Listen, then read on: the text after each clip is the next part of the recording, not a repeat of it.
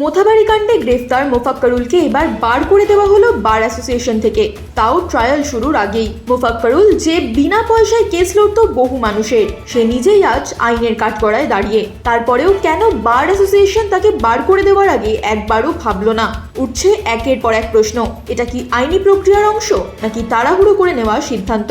এই সমস্ত প্রশ্নের জবাব দিলেন দুই আইনজীবী রাহুল দাস ও সুদীপ্ত দাশগুপ্ত। মালদার মোথাবাড়ি কাণ্ডে মোফাক্কারুলকে গ্রেফতার করা হয়েছিল, আর এখন বার অ্যাসোসিয়েশন থেকে বার করে দেওয়া হয়েছে। তো কিন্তু তাকে ট্রায়ালের আগে বার করা হলো কেন? এক্স্যাক্টলি বার করে দেওয়ার কথাটা নয়, ওনাকে সাসপেন্ড করা হয়েছে ফর দ্য টাইম বিং। কারণ না, ওনার একটা প্রভোকেটিভ স্টেটমেন্ট, যেটা আমরা অ্যাজ অ্যান অ্যাডভোকেট এটাকে আমরা মেনে নিতে পারিনি, সুতরাং তাকে সাসপেন্ড করা হয়েছে ফর দ্য টাইম বিং। এর মানে হচ্ছে এখানে ওনাকে আপাতত ওনাকে মেম্বার হিসেবে ধরা হবে না, এবং একটা ডিসিপ্লিনারি কমিটি ফর্ম হবে। সেই ডিসিপ্লিনারি কমিটিতে ওনার একটা আলাদা ইনভেস্টিগেশন বা ইনকোয়ারি হবে। সেখানে যদি দোষী সাব্যস্ত হয় তাহলে পার্মানেন্টলি তাকে আমাদের এখান থেকে বার করে দেওয়া হবে। ততক্ষণ পর্যন্ত উনি পুরোপুরি বার না, বাট অনলি সাসপেন্ডেড। দেখুন, সেটা যে বার করেছে সেটা তাদের সিদ্ধান্ত, সেটা পুরোপুরি তাদের সিদ্ধান্ত। তবে এটাও ঘটনা যে ঘটনাটা ঘটেছে, সত্যি হোক মিথ্যে হোক, এই ঘটনা অভিপ্রেত না, এটা না ঘটলেই হতো। কিন্তু আদপে ও কি করেছে বা কি করেনি সেটা বিচারাধীন। সেই অবস্থায় বার কোন সিদ্ধান্ত নিয়েছে, সেটা দেখুন বারের পার্টিকুলার সেই বারের ডিসিশন যে কাকে আমি রাখবো না রাখবো। তবে যেটা হয়েছে সেটা না হলেই ভালো হতো, যে ঘটনাটা ঘটেছে। মোফাক্কারুল তো অনেক সাধারণ মানুষের জন্য বিনা পয়সায় কেস লড়তো, তো তাকে সাসপেন্ড করার আগে সেটা দেখা হলো না কেন? ইচ এন্ড এভরি অ্যালিগেশন দেখা হবে এবং সেগুলো সমস্ত কিছু ডিসিপ্লিনারি কমিটি করবে।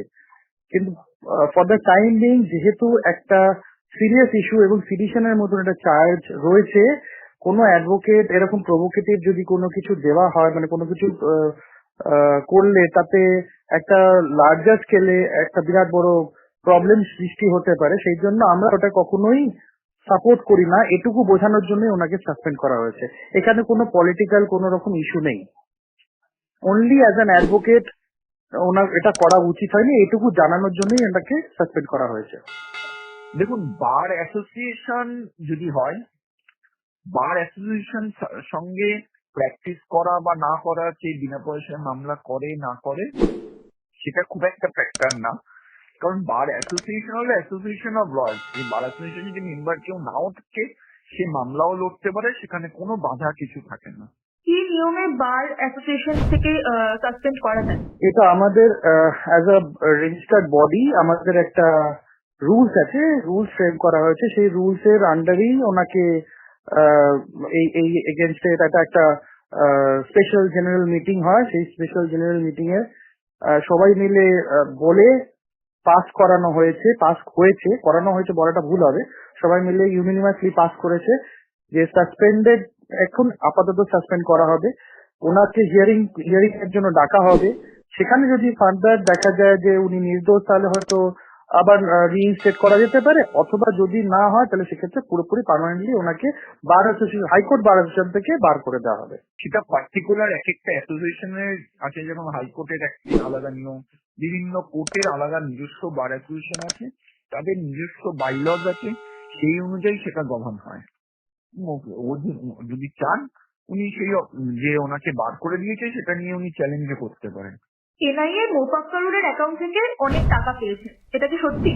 সেটা তো এনআইএ বলতে পারবে, আমরা অ্যাজ অ্যান অ্যাডভোকেট আমরা বলতে পারি না, কারণ দ্যাট হ্যাজ নট বিন আমাদের সামনে, সেটা আমরা কিছু হয়নি। That investigation is still going on. দেখুন, উকিলের অ্যাকাউন্টে টাকা পাওয়াটা তো অস্বাভাবিক কিছু। উকিল মামলা করে টাকা কামিয়েছিল, সেই টাকার সোর্স যদি দেখা যায় যে সে বেআইনি ভাবে মানে রোজগার করেছে, সেটা আলাদা বিষয়। কিন্তু উকিলের অ্যাকাউন্টে টাকা থাকতেই পারে, এটা অস্বাভাবিক কিছু না। তাহলে এনআইএ হোক বা যেই হোক, যদি দেখা যায় যে সেই টাকার উৎস বেআইনি ভাবে, তখন তার বিরুদ্ধে যথাযথ ব্যবস্থা নেওয়া যেতে পারে। মোফাক্কারুল কি কোনো মহিলা পুলিশের শ্লীলতাহানিতে যুক্ত ছিল? তার নাম এসেছিল কখনো? এটাও actually subject to investigation and subject to মানে এগুলো ডিক্লেয়ার করবে যে এনআইএ বা অন্যান্য অথরিটি আছে বা জুডিশিয়াল সিস্টেম আছে সেগুলো দেখার জন্য। তো সেটাও আমাদের কোনো, সেই জন্যই বলছি এখানে কোনো পলিটিক্যাল বা কোন রকম এছাড়া খালি জাস্ট অ্যাজ অ্যান অ্যাডভোকেট ওনাকে সাসপেন্ড করা হয়েছে। দেখুন, এই বিষয়ে আমার জানা নেই, আমি এই বিষয়ে বলতে পারবো না। মোফাক্কারুলের উপর কি কেউ মিথ্যে অ্যালিগেশন দিয়ে তাকে বদনাম করতে চাইছে? চাইলেও কেন? এখানে এগুলো সম্পূর্ণ মানে ইনভেস্টিগেশন রিলেটেড। ইনভেস্টিগেশন হবে, একটা এনআইএ একটা সাইডে এনআইএ করছে বা পুলিশ করছে, অন্য সাইডে যেটা আমাদের এখানে বদনাম করলে বা সেক্ষেত্রেও তাদের ক্ষেত্রেও হয়তো স্টেপ নেওয়া হতে পারে, তাহলে সেটা হবে পুরোপুরি ডিসিপ্লিনারি কমিটির আন্ডারে। কিন্তু ডিসিপ্লিনারি কমিটি এখনো ফর্ম হয়নি, ফর্ম হবে এবং খুব শিগগিরই হয়তো ফর্ম হবে এবং তারাই ওইটার ব্যাপারে ডিসিশন নেবে।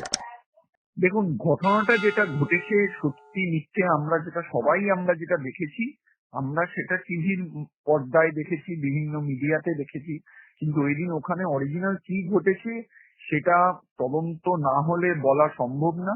তাই এই নিয়ে কিন্তু যেটা আমরা দেখেছি সেই ঘটনায় যেটা বিচারপতিদের আটকে রাখা হয়েছে, সেটা যেটা আমি আগেই বললাম যে সেটা না হওয়াই, মানে সেটা হওয়াটা উচিতই না। এবার এর মধ্যে মোফাক্কুল কতটা জড়িত সেটা তদন্তই বলবে। প্রথমে বাগডোগরা এয়ারপোর্ট থেকে গ্রেফতার, আর তারপর বার অ্যাসোসিয়েশন থেকে তাকে সাসপেন্ড করে দেওয়া। আপনার মতে মোফাক্কারুলের দোষটা কোথায় ছিল? ওনার প্রভোকেটিভ যেটা স্পিচ দেওয়া হয়েছে সেই স্পিচটা না দিলে বোধহয় ভালো হতো, কারণ it has created a mass generation of anti social বা অ্যান্টি ইন্ডিয়ান একটা স্ট্রাকচার তৈরি করছে। এইটা যে কোনো, উনি not as an advocate but যে কোনো লোকের ক্ষেত্রেই এটা প্রযোজ্য যে তাকে কখনোই উচিত নয় এই জিনিসটাকে সাপোর্ট করে যাওয়া। দেখুন, আমি আবারও যেটা আগে আপনাকে বললাম যে আমরা সবাই দেখেছি উনি ওখানে দাঁড়িয়ে গাড়ির ওপর বনেটের ওপর দাঁড়িয়ে উনি কিছু বক্তব্য রাখছিলেন এবং ওখানে অনেক জনগণ ছিল এবং যেটা অভিযোগ যে ওই জনগণেরা বিচারপতিদের আটকে রেখেছে, যেটা একেবারেই উচিত না। এবার দেখার বিষয় হলো সেটা কি উনি ইনস্টিগেট করেছেন এইটা করার জন্য, সেটা তদন্ত সাপেক্ষ। তদন্ত হবে, তদন্তে বেরোবে, তার আগে এই নিয়ে মন্তব্য করাটা উচিত না। তবে আমরা যেটা ভিডিও দেখেছি, উনি যা বক্তব্য দিয়েছেন সেই অনুযায়ী ওই ধরনের বক্তব্য না হওয়াটাই বেটার। যদি ধরে নেওয়া হয় যে মোফাক্কারুল কোনো ষড়যন্ত্রের সাথে জড়িত, তাহলে মোফাক্কারুলের সাথে আর কে কে জড়িত রয়েছে? That is subject to investigation. সেটা তো আমরা যা বলতে পারি না। আমরা যতটুকু চোখে দেখছি সাধারণ মানুষ হিসেবে ততটুকুই বলতে পারবো, তার বাইরে আমাদের কোনো ইনফরমেশন নেই। সেটা এনআইএ ইনভেস্টিগেশন করছে, তার আগে তো এরকম বলা যাবে না। আমি তো মাননীয় মতন বা অন্য কারোর মতন এরকম বলতে পারি না যে করেছে। তদন্ত হচ্ছে, তদন্ত সাপেক্ষ। তবে এটা দেখতে হবে যে ওই সময় কেন পুলিশ, কেন কেউ আসলো না। এখন পুরোটা ইলেকশন কমিশনের অধীনে, ইলেকশন কমিশনই বা তৎক্ষণাৎ কোনো ব্যবস্থা কেন নিল না, এগুলো দেখার বিষয়। মোফাক্কারুলকে তো এখন সাসপেন্ড করে দেওয়া হয়েছে, তিনি কি অন্য কোনো শহরে গিয়ে লয়ার হিসেবে কাজ করতে পারেন?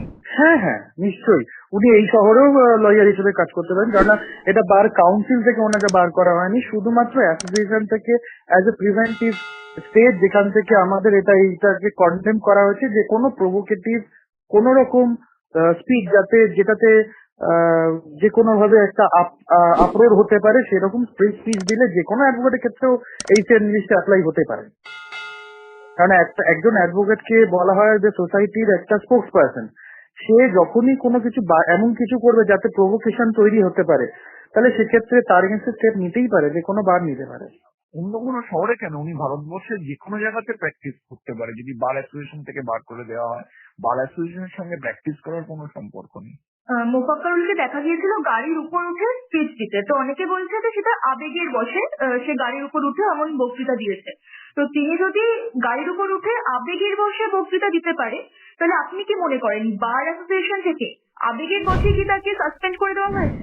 না, এটাতে পুরোপুরি ইউনানিমাস ডিসিশন হয়েছে। এখানে প্রতিটা দল বলুন, প্রতিটা পলিটিক্যাল পার্টি বলুন বা প্রতিটা আলাদা পার্সন বলুন, সবাই মিলে as an advocate with irrespective of political colour সবাই মিলে এটাকে ডিসিশন নেওয়া হয়েছে যে this type of provocative speeches should be condemn from the very beginning, এবং সেইটার জন্যই ওনাকে বাদ দেওয়া হয়েছে। ওনার জায়গায় ওনার সঙ্গে আরো একজনের বাদ দেওয়া হয়েছে, যদিও সেটা অন্য কারণে, কিন্তু সেখানেও এটা প্রভোকেটিভ ব্যাপার ছিল। হ্যাঁ, তো সেখানে এক মহিলা অ্যাডভোকেটকে একই সঙ্গে সাসপেন্ড করা হয়েছে। তো এটা ইট ক্যান বি এনিওয়ান। দেখুন, সেটা তো আমি জানি না বার অ্যাসোসিয়েশন বার করার কি ব্যাখ্যা দিয়েছে। নিশ্চয়ই কোনো ব্যাখ্যা থাকবে যে কোন কারণে ওনাকে বার অ্যাসোসিয়েশন থেকে বাদ দেওয়া হয়েছে। সেটা বার অ্যাসোসিয়েশনের ব্যাখ্যাটা না দেখে বা বার অ্যাসোসিয়েশনের বক্তব্য না শুনে আমার পক্ষে বলাটা মুশকিল।